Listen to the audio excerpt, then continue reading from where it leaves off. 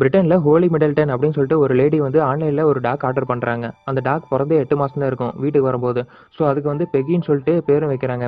அதோட பிரீடு பார்த்தீங்கன்னா, பக் அப்படின்னு சொல்லிட்டு ஒரு டாக் இனமும், சைனீஸ் கிரெஸ்டட் அப்படின்னு சொல்லிட்டு ஒரு டாக் இனம் 2 சேர்ந்த ஒரு கிராஸ் பிரீடு தான் பக்கீஸ் அப்படின்னு சொல்லிட்டு. அது ஒரு ஃபீமேல் டாக் வேற. ஸோ 2023ல வந்து ஒரு பேரட் பிரிண்ட் அப்படின்னு சொல்லிட்டு ஒரு photographic film company or something அவங்க வந்து ஒரு காம்படிஷன் வைக்கிறாங்க. அக்லியஸ்ட் டாக் காம்படிஷன் அப்படின்னு சொல்லிட்டு. அதில் வந்து பெக்கி பார்ட்டிசிபேட் பண்றா.